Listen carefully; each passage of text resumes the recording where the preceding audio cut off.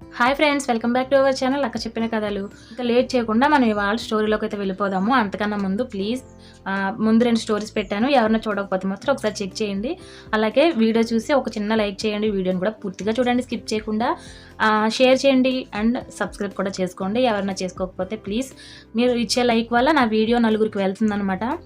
మళ్ళీ channel restart చేసిన తర్వాత వీడియోస్ కొత్త కంటెంట్ వచ్చాను, సో ప్లీజ్ ఎంకరేజ్ చేయండి. సరే, ఇంక మనం లేట్ చేయకుండా స్టోరీలోకి వెళ్ళిపోదాం. ఇవాళ మన స్టోరీ ఏంటంటే, ఇంద్రదేవుడిని విషయం భయపెట్టేసిందంట. ఎందుకు భయపెట్టిందో చూద్దాం మనం కూడా ఈ స్టోరీలో. ఇంద్రదేవుడు స్వర్గలోకంలో ఉంటాడు కదా, స్వర్గలోకంలో ఆయనకి ఉండి ఉండి బోర్ కొట్టేసిందంట. మనకు కూడా ఇక్కడ ఉండి ఉండి ఎలా బోర్ కొట్టిందో, కొత్త కొత్త ప్రదేశాలకు వెళ్ళాలనుకుంటాం, అలాగే ఆయనకు కూడా బోర్ కొట్టేసిందట. సో భూలోకంలో ఏదో ఉంది, ఏదో చూద్దాం అనుకొని భూలోక విహారానికి వచ్చారట. వచ్చి అలా వెళ్తూ ఉండగా ఆయనకి ఒక హోటల్ నుంచి మంచి స్మెల్ వచ్చిందట, మంచి వాసన వచ్చిందంట. రాగానే ఆకలేసేదట ఆయనకి. మనకు కూడా అంతే కదా, ఏదైనా ఫాస్ట్ ఫుడ్ సెంటర్ని చూస్తే వాసనకి దెబ్బకి కడుపులో ఆకలి అయితే మొదలైపోద్ది, ఎన్ని తిన్నా సరే అవన్నీ పోతాయి. సో అలాగే ఆకలేసిందట. వెంటనే ఆయన ఆ హోటల్లోకి వెళ్ళి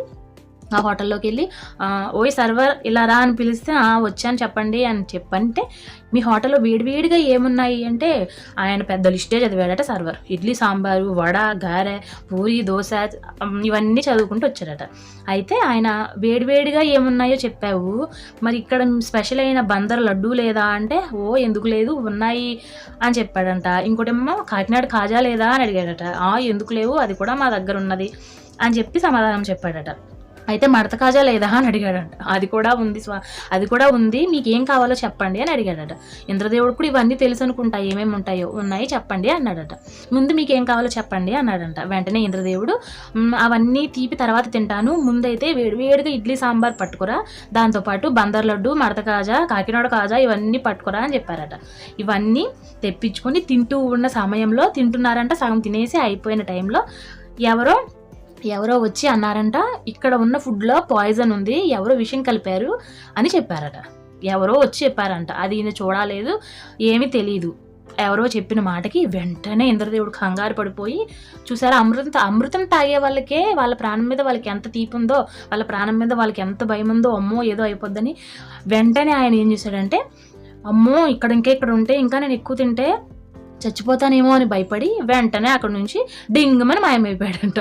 మాయమైపోయి ఇంద్రలోకానికి వెళ్ళిపోయి, అమ్మో ఇప్పుడు నాకు ఏమైపోతుందో, నేను ఏమైపోతానో, నేను విషయం తినేశాను అని చెప్పి కంగారుగా కూర్చొని తెగ బాధపడిపోతూ ఉన్నాడట. ఆ బాధపడిపోతున్న టైంలో భూలోకం నుంచి న్యూస్ పేపర్ వచ్చిందంట. భూలోకం నుంచి స్వర్గలోకానికి న్యూస్ పేపర్లు వెళ్ళే రోజులు ఇవి. ఏమి అప్డేట్ అయిందో కదా మన దేశం, న్యూస్ పేపర్ వెళ్ళిందట. ఆ న్యూస్ పేపర్లో ఏమని ఉందంటే, మీరు విన్నదంతా పుకారు, ఇదంతా ఉట్టిదే అని చెప్పి న్యూస్ పేపర్లో రాసిందట. వెంటనే అమ్మయ్య, బతుకు జీవుడా అన్నట్టు, అమ్మయ్య నా ప్రాణాలు నాకు దక్కాయి, ఇదంతా ఉట్టిదే, ఏ ఉగ్రవాదులో ఎవరో రాజకీయ నాయకులో వాళ్ళ కోరికలు స్వార్థాల కోసం విషయం కలిపేసి ఉంటారు, అదంతా నిజమే అనుకున్నాను. నేను అనుకొని చాలా భయపడిపోయాను. అమ్మయ్య ఇదంతా పుకారే అని తేలింది, నా ప్రాణానికి ఎటువంటి ముప్పు లేదు అని చెప్పి ఆయన నెమ్మదిగా శాంతించి ప్రశాంతంగా మళ్ళీ ఆయన కార్యక్రమాలు ఆయన చేసుకుంటూ అనుకున్నారట. అమ్మో ఈసారి భూలోకానికి వెళ్ళాలంటే చాలా జాగ్రత్తగా ఉండాలి, అక్కడ మనుషులతో చాలా జాగ్రత్తగా ఉండాలి, నేను అనుకున్నట్టు ఉండరు అని అనుకుని ఆయన సభలు, ఆయన కార్యక్రమాలు అన్ని మామూలుగా ఆయన పని ఆయన చేసుకున్నాడట. మొత్తానికి ఆయనకి భూలోకం అంటే భయం వేసిందట. మనలాంటి వాళ్ళని చూసి భయపడ్డారంట ఆయన. దేవుడు కూడా భయపడుతున్నాడు మనుషులకి, చూసారా.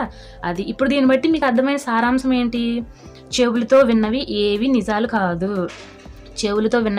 నిజాలు కాదు. మనం కళ్ళతో చూస్తేనే అది నిజమని నమ్మాలి. అది కళ్ళతో చూసినప్పుడు కూడా నిజాలు ఏంటో తెలుసుకోవాలి.